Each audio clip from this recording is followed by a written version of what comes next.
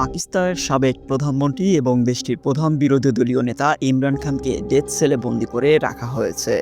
এমনকি আইনজীবী ও নিকটাত্মীয়দের সঙ্গেও তাকে দেখা করতে দেওয়া হচ্ছে না, এমনটাই দাবি করেছেন ইমরান খানের দল পাকিস্তানের তেহরিক-ই-ইনসাফ পিটিআই। বৃহস্পতিবার 17 জুলাই রাতে এক প্রতিবেদনে এই তথ্য জানিয়েছে পাকিস্তানের সংবাদ মাধ্যম এক্সপ্রেস ট্রিবিউন।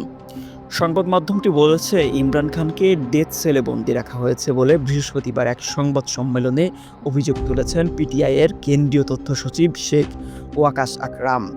তিনি জানান, ইমরান খানকে দিনে 22 ঘন্টা একটা কক্ষে আটকে রাখা হচ্ছে। তাকে পত্রিকা, টেলিভিশন বা বই পড়ার অনুমতিও দেওয়া হচ্ছে না। এমনকি আইনজীবী ও নিকটাত্মীয়দের সঙ্গেও দেখা করতে দেওয়া হচ্ছে না তাকে। ওয়াকাস আকরাম বলেন, এই অবস্থা আসলে এক ধরনের মানসিক নির্যাতন এবং মৌলিক মানবিক অধিকার লঙ্ঘনের নামান্তর। পিটিআইয়ের এই মুখপাত্র দাবি করেন, আদালতের নির্দেশনা অনুযায়ী ইমরান খানের 6 জন নির্ধারিত ব্যক্তির সঙ্গে দেখা করার অধিকার রয়েছে, কিন্তু সেটিও লঙ্ঘন করা হচ্ছে।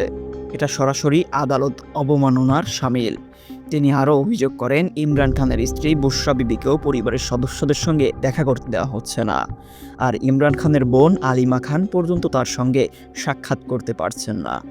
এ ব্যাপারে পাকিস্তানের প্রধান বিচারপতির হস্তক্ষেপ চেয়ে আকরাম বলেন, আদালতের আদেশ যেভাবে উপেক্ষা করা হচ্ছে তাতে শুধু বিচার বিভাগের মর্যাদাই ক্ষুণ্ণ হচ্ছে না, বরং দেশের পুরো বিচার ব্যবস্থাকে উপহাস করা হচ্ছে।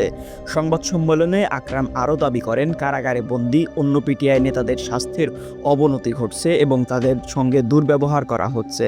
বিশেষ করে সাবেক পররাষ্ট্রমন্ত্রী শাহ মহমুদ কুরেশির শারীরিক অবস্থা ক্রমেই খারাপ হচ্ছে।